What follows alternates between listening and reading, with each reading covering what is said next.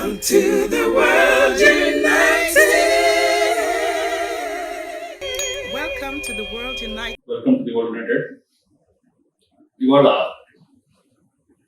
The world United గురించి మాట్లాడుకుందాం కాసేపు. ఇది ఎలా మొదలైంది,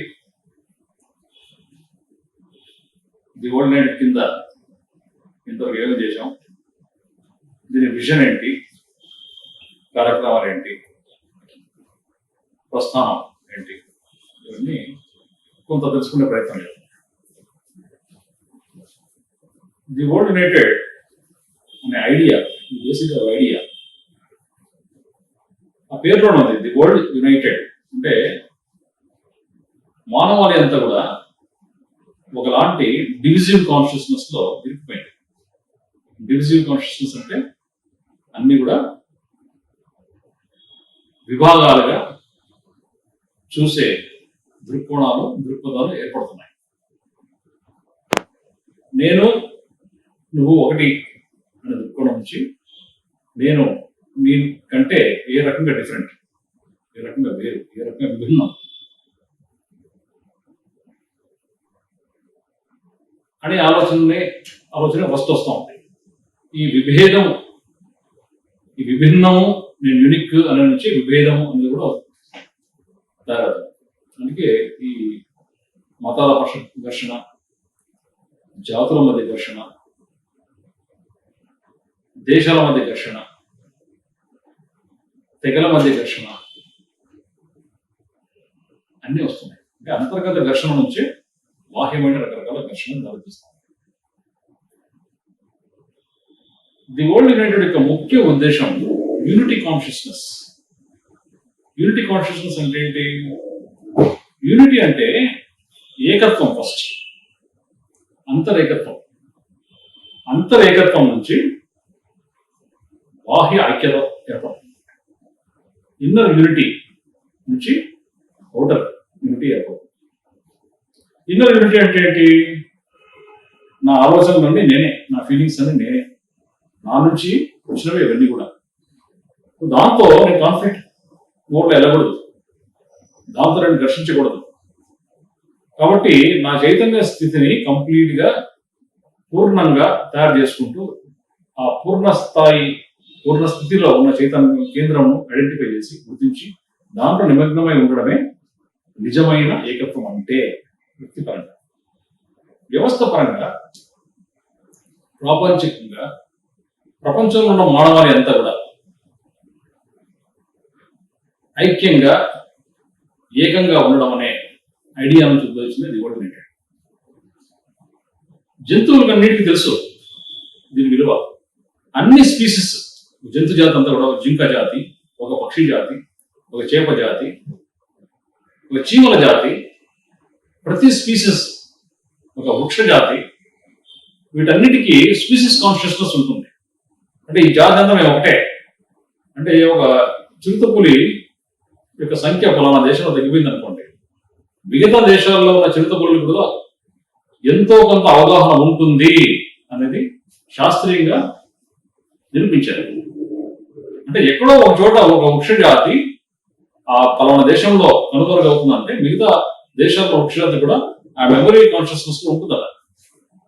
మరి అనిమల్స్ కి, ప్లాంట్స్ కి, జంతు వృక్ష జాతులకి, ఖగ మృగ జాతులకు తెలిసినంత నాలెడ్జ్ మానవాళికి ఎందుకు లేదు? ఎందుకంటే మానవాళి ఎప్పుడు వివేదాత్మకమైన ఆలోచన దృక్పథంలో ఉంటున్నాడు కాబట్టి వాడికి అంతరేకత్వం స్థితి పూర్తిగా సిద్ధించలేదు కనుక ఎప్పుడు బాహ్యమైన ఘర్షణకు దారితీస్తూ దాంట్లోనే ఉంటూ దానికి విక్టిమ్ అయిపోయాడు. ఆ సైకిల్ నుంచి, ఆ విషవలయం నుంచి బయటకు వచ్చేసి ఒకలాంటి ఏకత్వ స్థితిని క్రియేట్ చేయడానికి ఇది వరల్డ్ యునైటెడ్ అనే ఐడియా 2004లో రావడం జరిగింది. వచ్చిన వెంటనే 3 సంవత్సరాలు ఏం చేయలేదు. 2007లో మొట్టమొదటిసారి ది వరల్డ్ యునైటెడ్ అనే చాప్టర్ ప్లాట్ఫామ్ కింద ఒక ఈవెంట్ కండక్ట్ చేశాం, నేషనల్ కాన్ఫరెన్స్. దానికి ఒక 20 మంది గొప్ప యోగులు, డాక్టర్స్, హీలర్స్, ఎడ్యుకేటర్స్, ఎన్వైరన్మెంటిస్టులు, youth women wing representatives. Politics లో ఉన్నటువంటి కొంతమంది స్పిరిచువాలిటీ వైపు మొగ్గు చూపుతున్న కొంతమంది, బిజినెస్ మేనేజ్మెంట్ లో స్పిరిచువాలిటీ వైపు మొగ్గు చూపుతున్న కొంతమంది, ఇలా రకరకాల విభిన్నమైన విభాగాల నుంచి స్పీకర్స్ గా తీసుకుని నవంబర్ 30 2007 హైదరాబాద్ ఎల్వి స్టేడియంలో ఓపెన్ చేశాం ఈవెంట్. అదేం విచిత్రమో చూడండి, 30th నవంబర్ మహావతార్ బాబాజీ బర్త్డేగా పరిగణిస్తారట. జరుగుతున్న క్రమంలో ఆ డేట్ ఆయన బర్త్డే కాబట్టి ఈ ఈవెంట్ డేట్ సెలెక్ట్ చేయలేదు.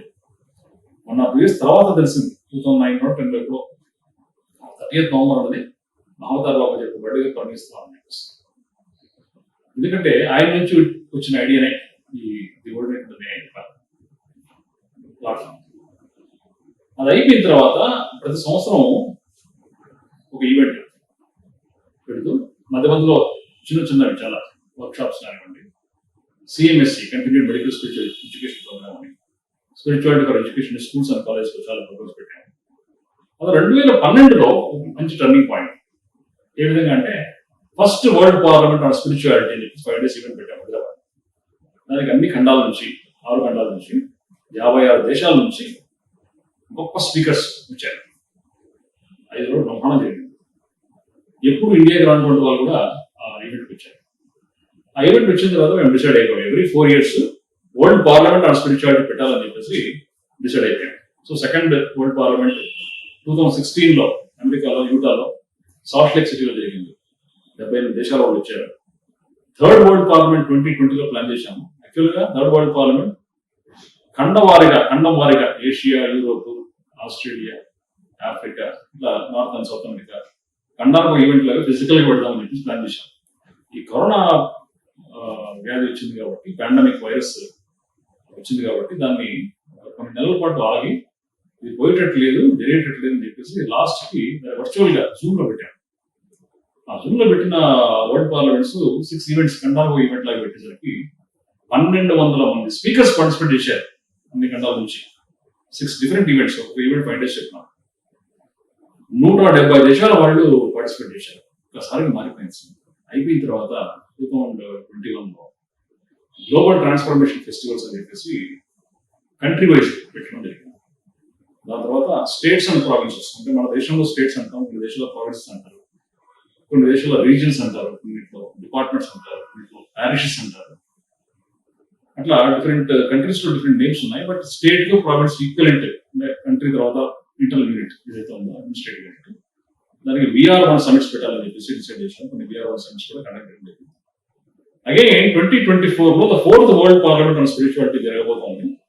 సో దానికి ఏషియా చెప్పడం హైదరాబాద్ జరగబోతోంది. ఎందుకంటే మనం అక్కడ ఉన్నాం కాబట్టి ఆర్గనైజ్ చేయడం ఈజీ కాబట్టి ఇక్కడ ఎంచుకోవడం జరిగింది. యూరోప్ లో వచ్చేసి స్పెయిన్ కంట్రీలో బార్సిలోనా సిటీలో జరగబోతుంది. ఆఫ్రికాలో వచ్చేసి సెయింట్ జాన్స్బర్గ్ లో, సౌత్ అమెరికాలో వచ్చేసి Rio de Janeiro are Machu పిచ్చు, ఈ 2 cities లో ఏదో ఒక సిటీలో ఫైనలైజ్ చేస్తాము. నార్త్ అమెరికా వచ్చేసి ఏదో షికాగో ఆర్ ఫ్లారిడా, ఈ రెండింటిలో. ఆస్ట్రేలియా వచ్చేసి మెల్బోర్న్. ఇట్లా 6 ఖండాల్లో 6 cities ఎంచుకోవడం జరిగింది. 6 టీమ్స్ ఫామ్ అయ్యాయి. వాళ్ళంతా వాళ్ళ పనుల్లో ఉన్నారు. సో ఇక్కడ ఏంటంటే ఈ ఓరియంటెడ్ లో మెయిన్ ఏంటంటే 2 విభాగాలు ఉన్నాయి. ఒకటి ప్యూర్ స్పిరిచువాలిటీ. ప్యూర్ స్పిరిచువాలిటీ అంటే ఏంటి? అంతర్ముఖత్వ స్థితి సంపాదించడం, సెల్ఫ్ రిలేషన్, ఎన్లైటన్మెంట్, నిర్వాణ, ఈ అంశాలు. కాన్షియస్నెస్ అంటే ఏంటి, ఈ చైతన్య సంబంధించిన పరిశోధనలు, శోధనలు, ఇవన్నీ ప్యూర్ స్పిరిచువాలిటీ కింద వస్తాయి. అప్లైడ్ స్పిరిచువాలిటీ అంటే ఏంటి? ఒకసారి ఆ అంతర్ముఖమైన జ్ఞానం సంపాదించిన తర్వాత దాన్ని సాంఘికమైన జీవనానికి, సాంఘికమైన ప్రపంచానికి అప్లై చేయడమే అప్లైడ్ స్పిరిచువాలిటీ. అంటే ఉదాహరణ, స్పిరిచువాలిటీ అంటే హెల్త్, ఆధ్యాత్మికత, ఆరోగ్యం. ఆరోగ్యంలో ఆధ్యాత్మికత అనేది హైబ్రిడైజ్ చేస్తే, చొప్పిస్తే ఎలా ఉంటుంది?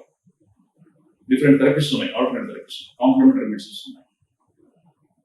మందులు అవసరం లేకుండా, ఆపరేషన్స్ అవసరం లేకుండా చాలా రోగాలు, ముఖ్యంగా లైఫ్ స్టైల్ డిజీజెస్ కానివ్వండి, ఇతర రకమైన రోగాలలో బ్రహ్మాండమైన సూత్రాలు ఉన్నాయి, దాంట్లో ప్రొసీజర్స్ ఉన్నాయి. సో వాటిని కూడా ప్రపంచంలో ఉన్న మానవానికి అందించడానికి ఆరోగ్యం, ఆధ్యాత్మికత, స్పిరిచువాలిటీ అండ్ హెల్త్.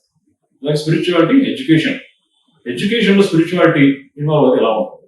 చిన్నపిల్లల మెమరీ బ్రహ్మాండంగా అద్భుతంగా తయారవుతుంది. తక్కువ టైంలో ఎక్కువ చదివే ఆస్కారం ఉంటుంది. ధ్యానమయమైన జీవితము విద్యార్థికి అందించగలిగితే ఆ విద్యార్థి యొక్క జీవితం పూర్తి మారిపోతుంది. సో స్పిరిచువాలిటీ అనేది ఎడ్యుకేషన్ లో చాలా చాలా అవసరం. చిన్నపిల్లల స్కూల్ ఎడ్యుకేషన్ కానివ్వండి, యూనివర్సిటీ ఎడ్యుకేషన్ కానివ్వండి. అలాగే spirituality environment, spirituality business management, spirituality science and technology, spirituality youth empowerment అంటే యువత ఆధ్యాత్మికత, spirituality women empowerment, spirituality politics and good governance అంటే రాజకీయాలు, తర్వాత గవర్నెన్స్ సంబంధించిన దాంట్లో స్పిరిచువాలిటీ ఉంటే ఎలా ఉంటుంది, spirituality arts and culture. So ఇలా స్పిరిచువాలిటీ మీడియా అట్లా 14 వింగ్స్ క్రియేట్ చేయడం జరిగింది. సో దీనికి వెబ్సైట్ కూడా ఉంది, the world United .org, THEWORLD ఈ వెబ్సైట్ లో కౌన్సిల్ మెంబర్ అనే ఒక ట్యాబ్ ఉంటుంది. దాంట్లో మీకు ఇష్టమైన ఫీల్డ్ మీరు ఎంచుకొని మెంబర్స్ కూడా జాయిన్ కావచ్చు. మీ కంట్రీస్ లో, మీ దేశాల్లో రాష్ట్ర వారీగా కావచ్చు, జిల్లా వారీగా కావచ్చు, రకరకాల స్థాయిలో మీ ప్రాంతాల్లో మీరు కౌన్సిల్ మెంబర్స్ స్ట్రెంత్ పెంచి దీన్ని ప్రపంచవ్యాప్తిగా అందరూ తీసుకెళ్తే ఒక యూనిటీ కాన్షియస్నెస్ మూవ్మెంట్ గా తయారయ్యే స్కోప్ కనపడతా ఉంది. సో ఇది ప్రజలకు చెప్దామనే ఉద్దేశంతో ఈ వీడియో చేయడం జరుగుతుంది. So I welcome all of you to join as an esteemed council member of the United. Thank you very much.